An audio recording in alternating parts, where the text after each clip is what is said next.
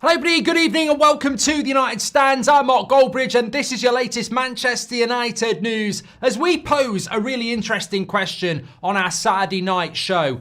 Did INEOS get it wrong recruiting Amoirm in November? Now, there are levels to this question that we will get into that do not reflect on Ruben Amorim. They reflect on INEOS in relation to bringing a manager in like that, with that style of play, and not bringing him the players and not giving him the players. Was that actually the right choice for Manchester United to make in November? Nothing against Amorim, he's a fantastic coach, but did INEOS get it wrong? Also, are INEOS, whoever you see them as, Sir Jim, Sir David, are they chances? Are they actually guessing at this game like that linesman in the Birmingham City game? Are they actually just a bunch of chances talking the talk that they can't walk? We'll talk about that because is there a way back for Manchester United is the big theme of the show tonight. And if there is a way back, how is that way back going to be achieved? How much money will it take? Because I actually think a conservative summer of 200 million still wouldn't be enough. And I don't think we've got 200 million. I was doing a watch-along for the Birmingham City Newcastle game just now, and a question was posed, who are more likely to win the Premier League first, Birmingham City or Manchester United? It actually ended up into a debate, and it's a reasonable debate to be had, and I'll explain why in a moment. Also, is Kobbie Mainoo being overloaded? And how much is it going to cost us to build this stadium if we learn the lessons from Arsenal and Spurs? And how could that impact Manchester United's progression to being back? So lots to get involved in, as well as your comments as well. Thanks everyone for tuning in.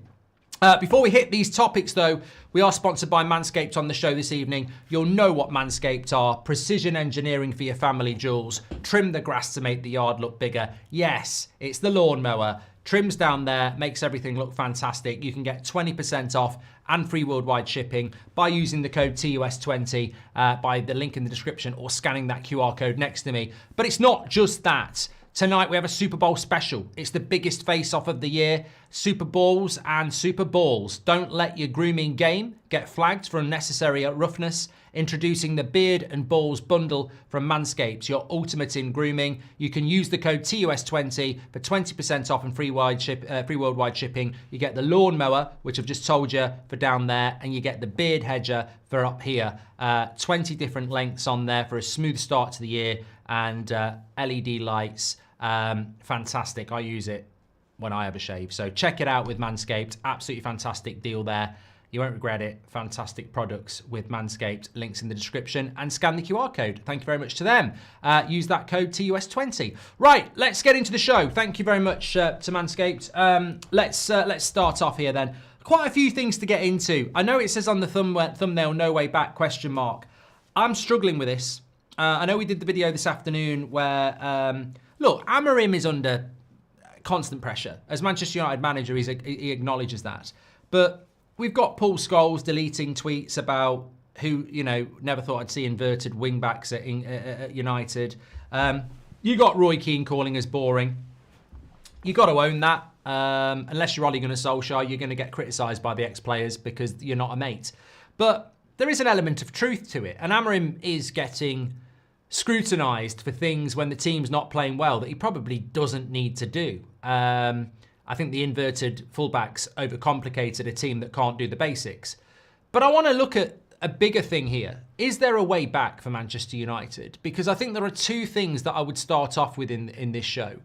First of all, and it's a great question, and I'm sure you're going to have your own answers. And to some of you, it might even be a new issue to sort of think through. Some of you might have thought about it already. And I wanted to bring it into the show tonight because we don't always get chances to do this. And I think a Saturday night show is perfect to have a bit of a back and forth. And I trust you as a community to understand the levels to this question. Did INEOS make a mistake appointing Ruben Amorim in November? And as I say, you've got to move past the idiot club and not see it as, did we make a mistake getting Ruben Amorim? Because 100% we didn't. He's one of the best up-and-coming managers in the world. He's highly tactical. He's highly communicative. He gets it. He understands it. I think he's a fantastic coach. But was it the right appointment for Manchester United's issue? And what I mean by that is, if I've got a go-kart and I'm entering the Formula One and I get Lewis Hamilton, even though he's one of the best racers in the game, is he really suitable to come and drive a shitty go-kart? Like, have I really got the tools and the car for Lewis Hamilton? Or am I just going, this will make everybody think we're hipsters? And that's the question. It's in no way is this a reflection of Ruben Amorim.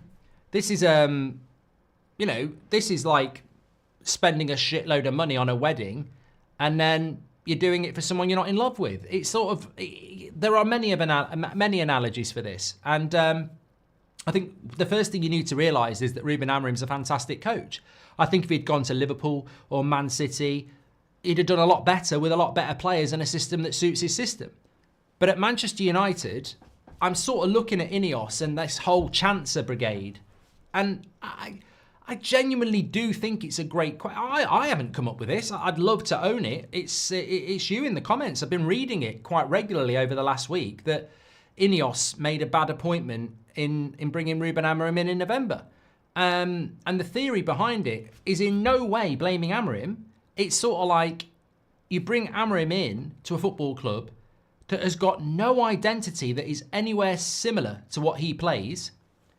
And then you don't give him players to play that system and ask him to try and polish a turd, shove a square peg in a round hole. And that's the theory behind it. And that reflects badly on the likes of Sir Jim, Sir David, Barada and everybody else. There is no doubt that Ruben Amorim's a fantastic coach. But was he the right appointment for this squad if you're not going to give him the players?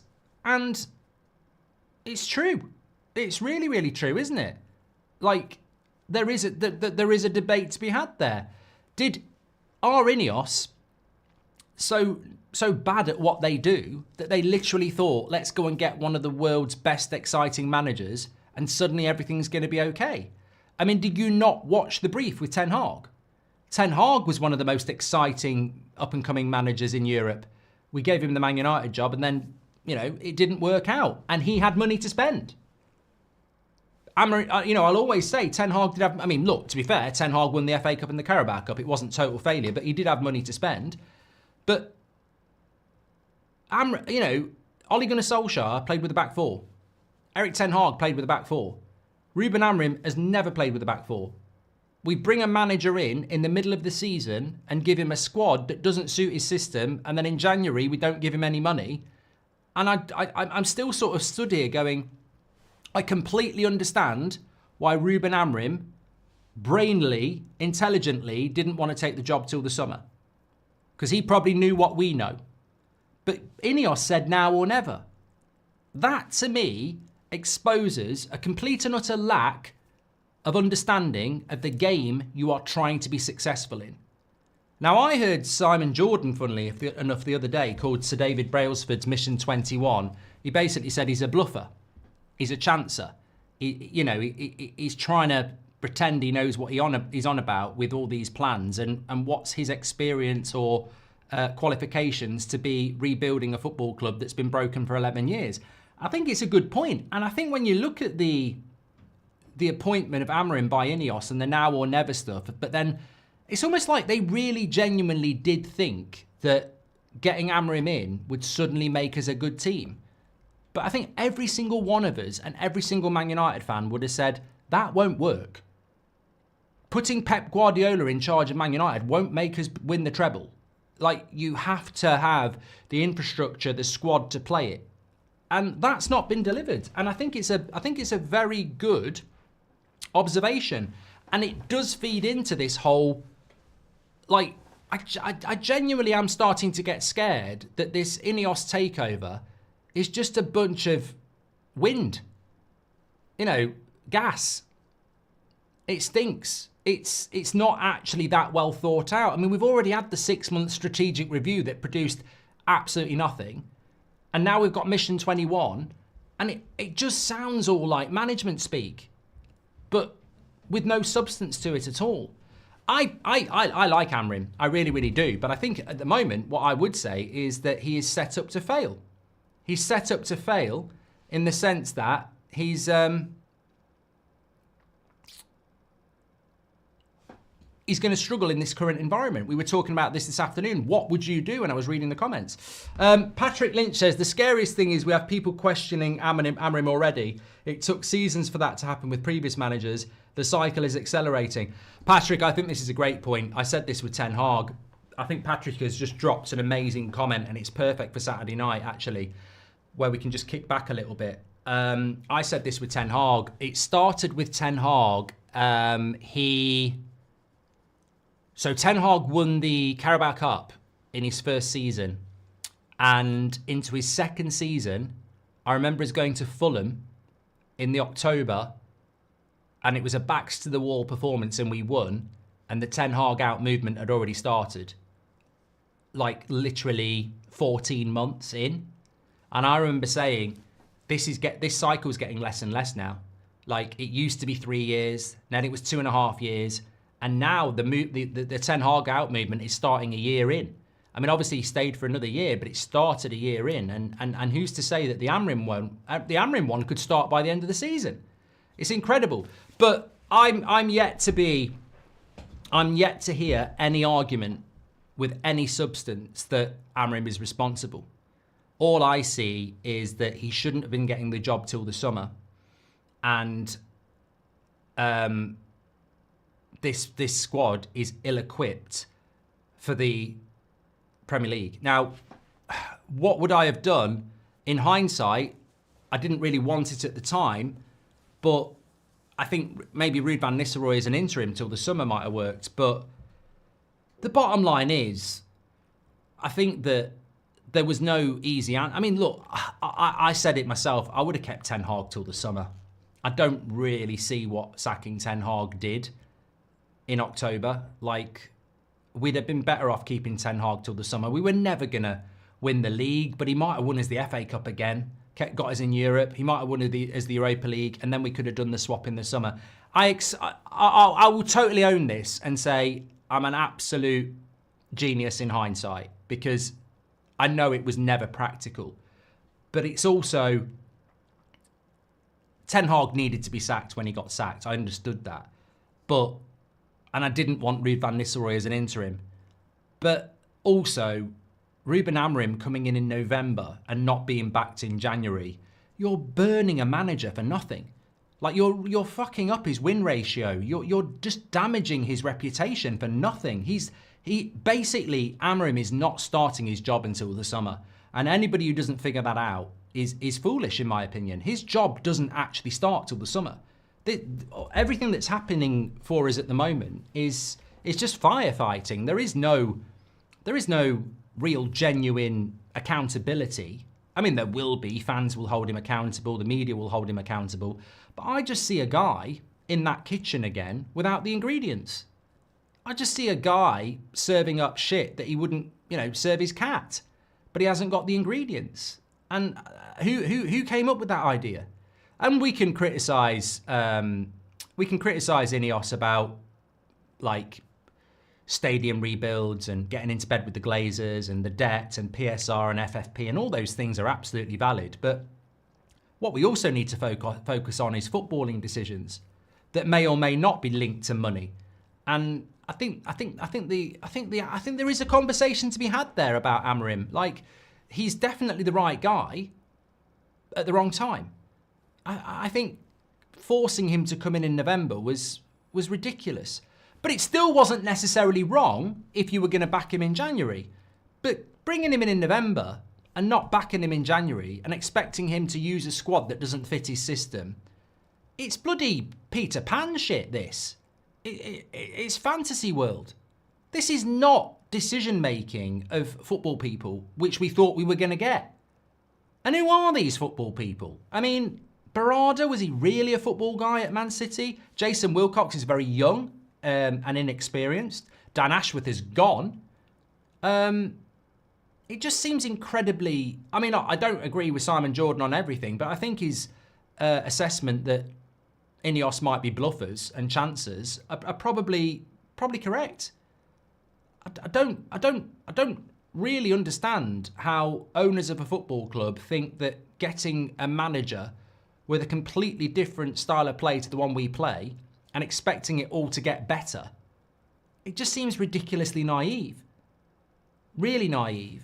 So what I would have done differently is, well, obviously in hindsight, I'd have kept Ten Hag till the end of the season because it would have been the best way of doing things. But I'd have found a way to back him in the January transfer window. And yeah, I think this feeds into no way back. I look at United and I think I'm struggling to see the way back because everywhere I look, it reminds me of Nice, which was also INEOS. And everywhere I look, I just see bad decisions from people who don't really seem to know what they're doing. I mean, look, going back to financial stuff, raising ticket prices was never a good idea. Removing the charity donations to an ex-player's charity fund, it was never going to be a good idea. And they just don't seem to have their finger on the pulse of what's happening at this football club. And yeah, it's one thing when it's business related. You'd expect that when the Glazers are still here. But football decisions have been terrible. Really, really bad. So it's hard. It's hard to see a way back. But I know we spent a few minutes longer than I wanted to talking about that. But it didn't actually come from me. And it was one that started me thinking. Your fans wanted this, says Samuel. Well, not everybody wanted INEOS, actually. I think it was quite a small vocal minority who, for whatever reason, still do live up their arse. I think we all wanted Amorim, but I don't think we all expected Amorim to come in and have to use the same squad for the whole season. I don't think we expected that. I think we expected some backing in the January transfer window beyond a left back, to be honest. With Rude at the time, it was vibes. It was the same formation, tied to midfield. Suddenly those players performed. They can't handle anything higher, says Emily Derry. Look, if we'd have kept Ruud van Nistelrooy as interim till the end of the season, I think it would have got bad very quickly. And I think if we'd kept Ten Hag, it would have continued to get bad. But it's not like it's good at the moment. Do you think INEOS sack Amorim before the summer, says Jacob? I genuinely think they will stick with Amorim, and I think that's the right thing to do. But I think they would stick with him anyway because of financials. I've been saying this from day one. The rebuild cannot start until those overpriced contracts are gone. Work with what you got is not Amorim, says Keel. We needed to stop throwing cash at and expecting a quick fix. A slow build in developing youth is what I want. Give him time and stop moaning, says Lee Marsden. It's a great point, Lee. But it's not based in reality, is it? It's just not based in reality. We're Manchester United and patience just doesn't exist. We have a media that thrives on the cycle that Patrick Lynch mentioned, and they shorten it all the time. We have ex-players talking total shit about changing formations. I agree with you, Lee. It's going to take years. I mean, the thumbnail says no way back, question mark. Tell me the way back.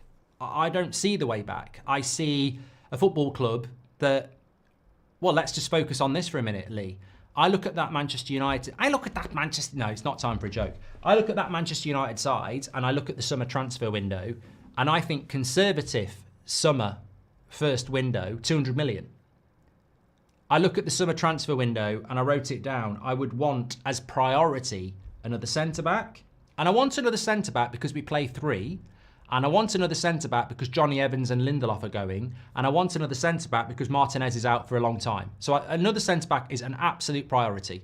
I need another midfielder because Casemiro is useless and Eriksen is going as well. So another centre-back and another midfielder are non-negotiables. I then obviously need a striker because we know we need a striker. So that's 3 positions I need. And I need another number 10 because we need another number 10. I think Mason Mount's not reliable. I'm not sure that's definitely Mainoo's position. And we also played with wide players as well. And I would like another wide player. So I need 5 players. I want a centre-back, a midfielder, a 10, a striker, and a winger. And I think those five positions are priorities. Am I going to get those 5 for 200 million? I might do if I'm lucky. So I need those 5 players, yeah? But on top of that, if I'm being greedy, I need a goalkeeper, I need another centre-back, I need another midfielder, I need another winger. So I think this team needs another 9 players, really. But in the summer, as a minimum, I need 5. So I need £200 million in the summer. I don't think we've got £200 million in the summer. So straight away, I know at the end of the summer transfer window, I'm going to come out of it going, we didn't get what we needed. So it's another season where we didn't get what we needed. You know? If we're not in Europe, we might not even spend 100, let alone 200. So we might not even get half those players. And then we're talking about a way back, and I'm comparing it to Liverpool, who've just won the league with another 200 million to spend themselves. Chelsea, who are back in the Champions League with another 200 million to spend themselves. Man City have just beaten the Chargers with another 300 million to spend themselves. Arsenal back in the Champions League again with another 200 million to spend. And I'm looking at United, who are already further behind those teams, getting further behind those teams. And if we're not in Europe, even further behind those teams. I'm then looking at the stadium rebuild, and I'm looking at Arsenal and Spurs, and I'm looking at how they afforded to do it. Now, Arsenal's stadium cost about 400 million because they did it, 15 years ago. I think Spurs cost about $1 billion. Ours is going to cost $2 billion. Spurs and Arsenal built their stadiums on loans, debt, serviced against future revenue from those stadiums. So Man United are going to build this stadium at double the cost of Spurs on more loans. More loans secured against future revenue, which will pay back the stadium, which isn't going to be an instant build. And even when it's built, the revenue of it is going to be going back on loans. So the stadium will probably earn Man United some money, but not for a very long time, because as soon as it starts earning money, that's going to be paying back the loans. So I'm looking at Man United and I'm going, this stadium is going to cost us a shitload of money that the Glazers and INEOS are not going to pay for. So Man United Football Club will pay for the new stadium through Man United Football Club.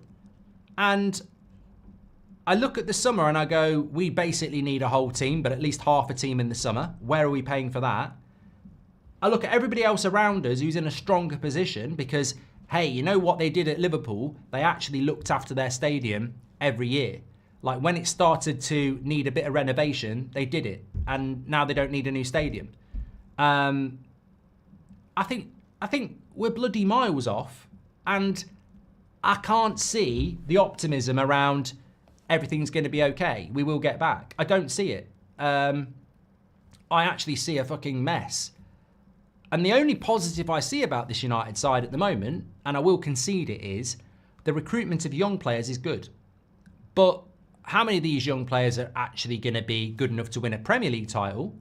How many of them are just going to be good enough to make us a mid-table team? And those that are good enough, how long would they stay at the football club? Or would we need to sell them to finance the issues that we've got with Stadia, etc.? So I spend a lot of time thinking about United, and I struggle to see the way back. I really, really do. And I can't be inconsistent and I can't be a liar. I was firmly behind Glazers out, new owners with a lot of money, debt and investment into the football club. I remember saying the words, I think it's the only thing that can rescue us. We didn't get that. So we're now walking down a pathway where I think it's a much harder way back to do it this way. But on top of that, I'm listening to the people that are taking us down this harder route, and I actually think their chances. I think a lot of what they've done, I almost feel like shouting, you don't know what you're doing. I don't think they know what they're doing. I think their chances, I think they're guessing. And it's a great point about the Amoirm appointment, because it was almost like, there's the next Pep. If we get him, everything's going to be okay, because look what happened with Sir Alex Ferguson in '86. He rebuilt a whole football club. That's just not going to work. And also, Sir Alex Ferguson got the job in '86. He didn't win his first trophy till 1990, and that was an FA Cup. It was a massive rebuild that took years. So I go back to what Lee said, and I think, yeah, patience is a virtue, but Sir Alex Ferguson had a lot of money to spend in the late 80s as well. A lot of money. And I just don't know that that support's going to be there. If if there's next to no financial support in a manager's first transfer window, that's worrying. And that was his first transfer window. I look, I throw it open. It's a Saturday night show. It's a little bit different, as I say. And we do this on a Saturday night and normally a Friday night as well. But like, if there is a way back, I'd love to know what it is. Because the only viable way back I see at the moment with Premier League rules is to get as many young, talented players as you can and sell as many as you can for pure profit and do that for about 10 years. And hopefully you get look, basically, I think 10 years. I'm thinking 10 years, and that's if everything goes well. I just don't see a title-winning Man United side in the next decade anymore. I just don't see it. I don't see how we get there. I really don't. 10 years goes quite quickly in football. I mean, I can't believe it's been 11 since Sir Alex Ferguson went. Nearly 12. So I don't see it. I just don't see Man United competing for a title in the next, certainly not the next 5 years. I think we're bloody miles off. Miles off. And I just think the league is so different now. And also, you know what? I look at teams like Birmingham City, Wrexham, Aston Villa, and they shouldn't be winning a Premier League title before Manchester United, but they all have owners. Newcastle, they all have owners that are desperate to pump their own money into those clubs and be successful football teams. And the simplest issue at Manchester United is there are so many football clubs out there with owners that own those clubs for the status of making those football clubs successful on the pitch.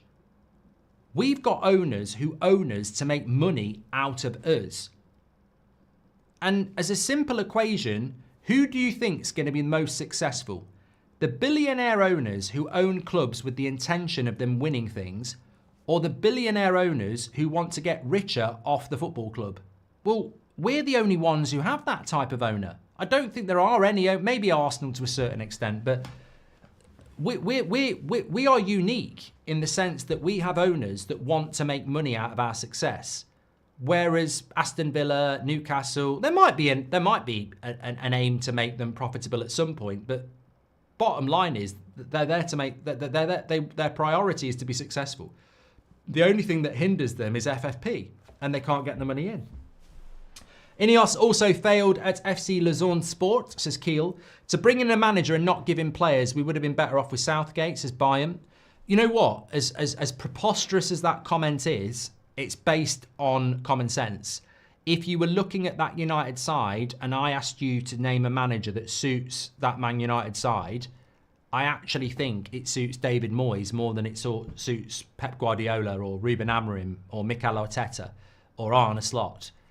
That Man United side is so bad at the very basics of modern football, they would suit Sean Dyche, David Moyes, that type of manager more than they would a modern manager like an Amorim or the ones I've just mentioned.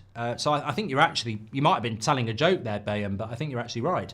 Red Hair Shanks says, I think we need patience. It took Klopp time, and this is the first manager who's overturned player power, says Red Hair. Yeah, and the thing about Klopp is that, look, Jurgen Klopp did an amazing job at Liverpool, and they're reaping the benefits again from the foundations that he built last season. But Jurgen Klopp was also in a slightly fortuitous position where they had this Coutinho type player who wasn't going to be part of his plans that they sold for basically 200 million in the modern day market with inflation. And that enabled them to spend a lot of money. Who would you like in the next round of the FA Cup, mate? Shotgun Justice, the shittest team available, really. Parker says, do you think Amorim will also start talking differently at press conferences, making excuses for the owners? I just watched the Conte Spurs meltdown. Legend, says Parker. Look, I hope that doesn't happen with Amorim. I mean, that's going back to a little bit of a different topic. I don't really want to focus in on Amorim because I think the real problems at Man United are the ones that we've been discussing. But I'd hope that he wouldn't dial it down because the best thing that Amorim can do is look at what Rangnick did and just keep the support of the fans. They're not going to sack Amorim. And if they do sack him, you're going to get a lot of money and you're going to walk away with your head held high anyway. I wouldn't become a bitch to the owners. Assumption was Ruben could get 10% more from the same players and the extra 1% concept from cycling, but football is not cycling, says Krishna. Was it only Rasmus that got made to train after the match, says Class of 99? I don't know. What's to say anything will get better in the summer, says Cam? Well, I think this is a great point as well, because as we've been discussing, I think a lot of United fans talk about when we will be back. And we've spoken about this ever since Sir Alex left. How many years till we win the title again? It's not when we will be back, it's why would we be back? Like, why would you think you can put a time limit on it? What is it that makes you think Man United have got a divine right to win a Premier League ever again? Like, what assumptions are you making? We're Manchester United. Well, we are Manchester United, but do we look like a Manchester United football side in any way, shape or form? No. Are we being run like a Manchester United side in the traditional sense? No. So apart from the name, what makes you think Man United are going to win the league at any point in the next 10 years? I can't put time limits on it anymore. I think if everybody stood still and didn't change their squad for 3 years, I still think we might not catch them up in 3 years. And no one's going to stand still. And I think that's a great point. Imagine if Liverpool, Chelsea, Man City and Arsenal had a transfer ban for 3 summers and we didn't. I still don't think we'd get top 4 in 3 years' time. I still don't think we'd spend enough money that needs to be spent in 3 years to catch up. And they're not going to stand still. And that's what people don't do. People only look down the alleyway of this is what Man United need to do. Mission 21. Bluff, bluff, bluff, bluff, bluff. This is how we're going to do it. But they don't look externally at the fact that, yeah, Liverpool are going to try and do that. And they're starting from a higher position, and so will Chelsea and everybody else. And they've probably got more liquidity. Great point, Cam. Kevin, thanks for being a member for 45 months. Emily Derry says, thank you very much, Emily Derry. We read that one as well. Lee, we've done yours. Remember when you used to say Ten Hag could be the man before the man? Well, Amorim is the man. They just need to get rid of the man before too soon, says Luke 82. Didn't get him in the summer because the players didn't suit his system. Why recruit him during the season and not wait until next summer, says Red Hair Shanks. Elliot says, yeah, look, I think that this is maybe a growing conversation in the fan base, and it's a really good one because it points the finger at the chancellors in charge who just don't seem to know what they're doing. It's bad decision after bad decision after bad decision, and I think there is a real case to analyse the appointment of Amorim in November and ask the question why. We understand why Amorim, but why in November? What were you so now or never focused on? What was it that made you do it in November and think we weren't going to be in this position in February where it's been a fucking car crash? It's been an absolute mess because you haven't provided him with the right tools to do the job, and you're not planning on doing it until the summer. You know, it's like getting the builders in to build your kitchen, and they turn up on the Monday morning, and you go, yeah, yeah, great. I mean, just look after yourself for the next 7 months because we're not actually getting the brickwork done, and we're not getting the bricks delivered till June, and the builders are sort of like, this is what? The owners must think United fans are thick. Every manager, no matter who it is, always gets booted in the end. Everyone wanted Amorim now, says Elliot. No, Elliot, I think you're misreading the point. Everybody's behind Amorim. We're just saying the appointment at the time to then do what they've done was stupid. They should have waited till the summer. Do you think the club should build in the image of a manager or its own philosophy, says Drap? I think at this football club, we should build in the vision of the manager because I know what the vision is by looking at Sporting. I don't know what the vision is of people I don't trust, such as INEOS. I mean, their vision, what's their philosophy? I mean, last time I checked, their success in football is zilch. So, no, that we shouldn't be building in a philosophy of them because I don't think they come across as people who've got a bloody clue, to be honest with you. Do you think should have waited till the summer for him, says Reese? If we insist on working with what we have, he is arguably the wrong manager, says Keel. Yeah, I think this is a great point, and I think this sort of tops and tails it off. If Manchester United's intention was to bring a manager in and work with what they've got with very little spend, they probably should have gone for David Moyes. As stupid as that sounds, they probably should, because that team is set up for counter-attacking football and moments. If your intention was to rebuild the squad and make it a modern football team that can challenge for titles, then Amorim's the guy. And that's why we got excited about Amorim, because we're like, I remember saying this, the exciting thing about Amorim is we've never played anything other than a back four at Man United for decades, and we haven't got the squad for this manager. So if we're going for Amorim, I remember saying these words, I said, if we're going for Amorim, we absolutely are going to tear that squad apart and rebuild it. The open heart surgery is going to happen that Rangnick said 3 years ago. When we got Amorim, I was excited because I thought, you know what? Maybe this INEOS lot know what they're on about, because this guy can't work with this team. He can't. So they must be going to be ripping this squad apart and building it. So they bring this guy in, you wait for them to rip it apart and rebuild it, and they go, challenging times, not a lot of money. And you go, if this is survival football, you've appointed the wrong guy. If there are no money, if there is no funds to rebuild this team, then you've appointed the wrong guy. And that's massively naive. Now, I want Amorim, I want that appointment. That's what Man United should go for. But if the reality is we don't have the money to rebuild this team, then what were they ever thinking? And people will say, well, you know what, Mark, we've got to be patient. In the summer, we'll see the real build. And I hope you're right. But I'll keep saying this. If we don't get into Europe, and we don't look like we will at the moment, where's the money coming from for the rebuild? Where's the money coming from to rebuild a team when factually there is no money there? How do you do it?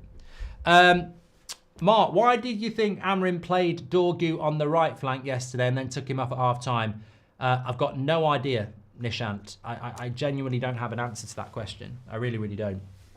I think it was a mistake. As I said, I've not changed my opinion on that. My hypothesis is they were scared City would come for Amorim in the off-season. Jaris, if that, I mean, that could be if that was the reason, then that's just, that's incredible. Like, you can't live your life. I mean, that's like Spurs losing to Man City so Arsenal don't win the league, but then they don't get in the Champions League. It's just, it's damaging, isn't it? He said the other day, he explained all the issues to INEOS with him coming mid-season, says Red Hair Shanks. And Mark, you are speaking without emotions. Would you write off the next 10 years to fix the club? We fund the stadium, pay off the debt, run down the contracts and rebuild the team with actual ballers. Absolutely not. That is a Glazer comment, Al-Z. I am not writing off 10 years. I am not rebuilding a team. I am not paying off the debt. And I am not running down contracts. And I am not funding a stadium. Because that didn't need to happen. That might be the plan, by the way. You might have nailed the plan. But if that happens, there are millions of Manchester United fans around the world who are basically writing off 10 years of their life. Because so the Glazers and INEOS can line their pockets. That might be the strategy, but it's an absolute disgrace because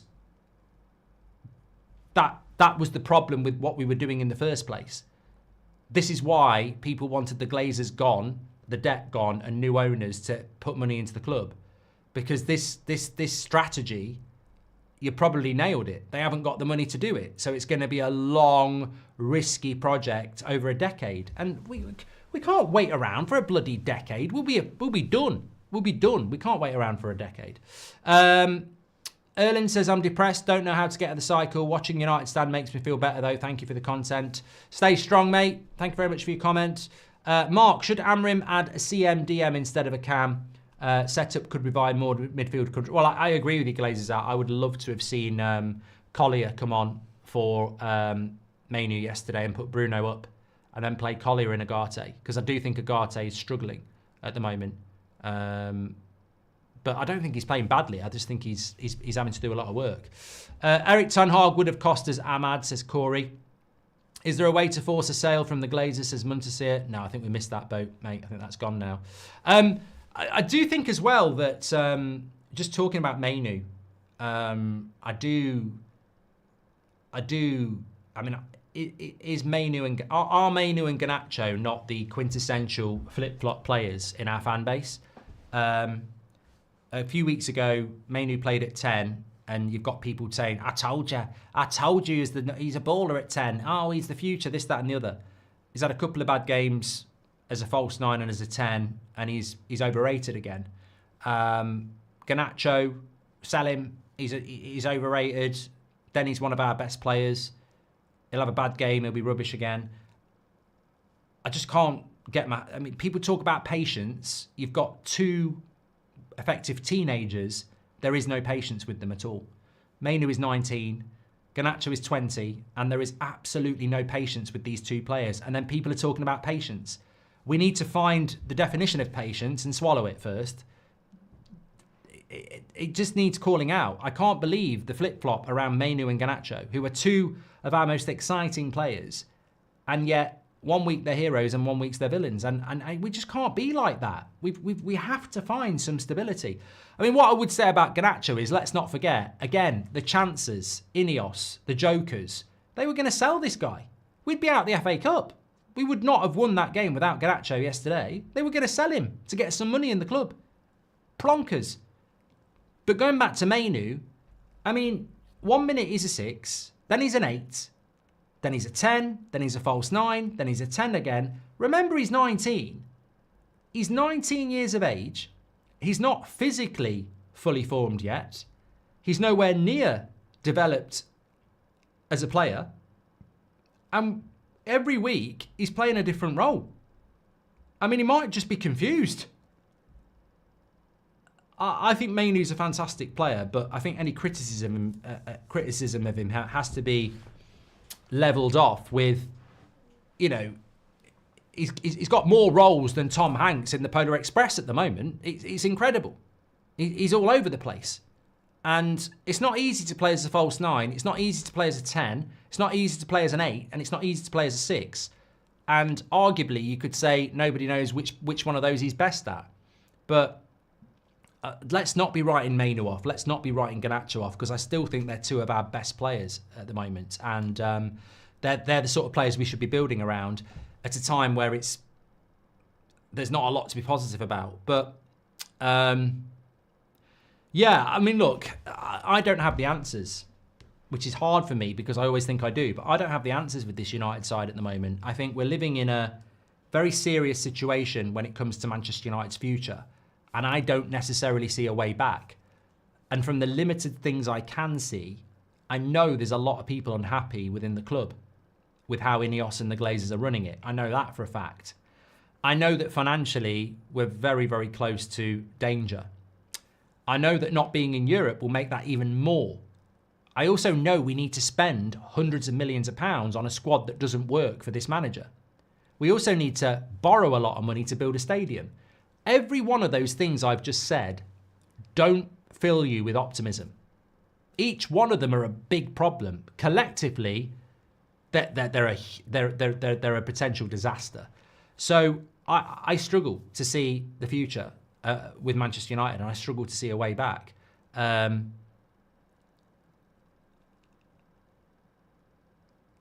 do. I genuinely do. And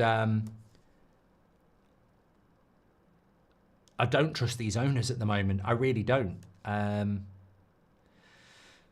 But on top of that, we've also got a media around Manchester United that seems to just want to focus on irrelevant things. And they don't seem to want to have the conversation. For some reason, they're very protective of this new ownership of Manchester United as well. So we're not really having the proper conversations. I mean, this shouldn't be an exclusive conversation for fans. I mean, we're not the only fans who are talking about this. This is happening on the, with every Man United fan at the moment.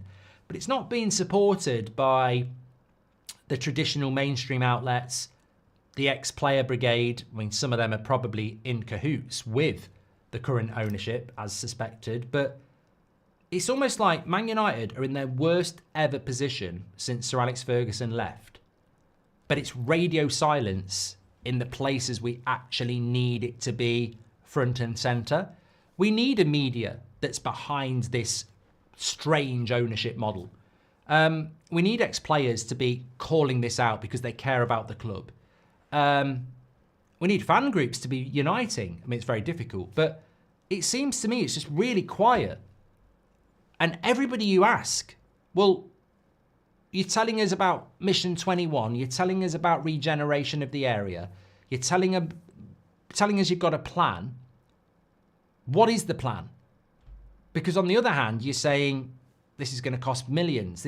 We haven't got this money. It's really difficult to map a way out for United. It's almost like they just need something to just click and everybody can play football again. But I don't know. I just don't know. Have you got another Glazer INEOS video coming out? The previous two were really good, says Emily Derry. We've got a few things planned, yes. And hopefully we'll have one out next week as well.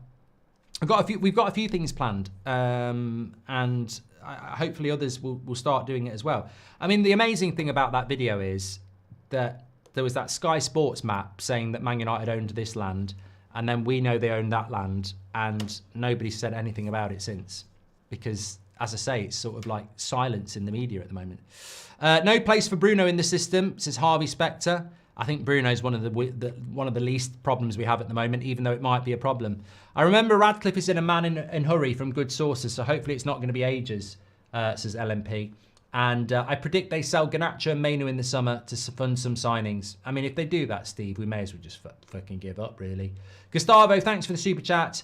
And Martin Saunders says, INEOS naively listened to the Pratts in the mainstream saying it was all Ten Hag and believed changing the manager was the issue, when reality it's the squad. Thank you very much for that from Martin Saunders. Right, it's been a long day.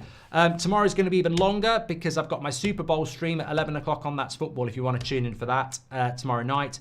I'm back tomorrow, but Seb's got a match in the morning, so I'm not going to do it at 8 o'clock again. That was a bad idea. I might do it at midday, the morning show tomorrow. So I can tell you the result then. Thanks, everybody. Really enjoyed the show tonight. I know it's a Saturday night and people are busy and that, and if you've caught it late, please do leave your comments. I really would love to see some comments about the way back. Like, how do we get back? Because I think some of us would love to... I'll write a comment on how we get back. It might be fantasy, but I don't see one. I don't see one under this ownership, but I can write a strategy of what the way back is. But if some people could do it, what they believe the way back is under this ownership, I'd really love to be educated because I haven't got a bloody clue. Thanks for watching. Take care.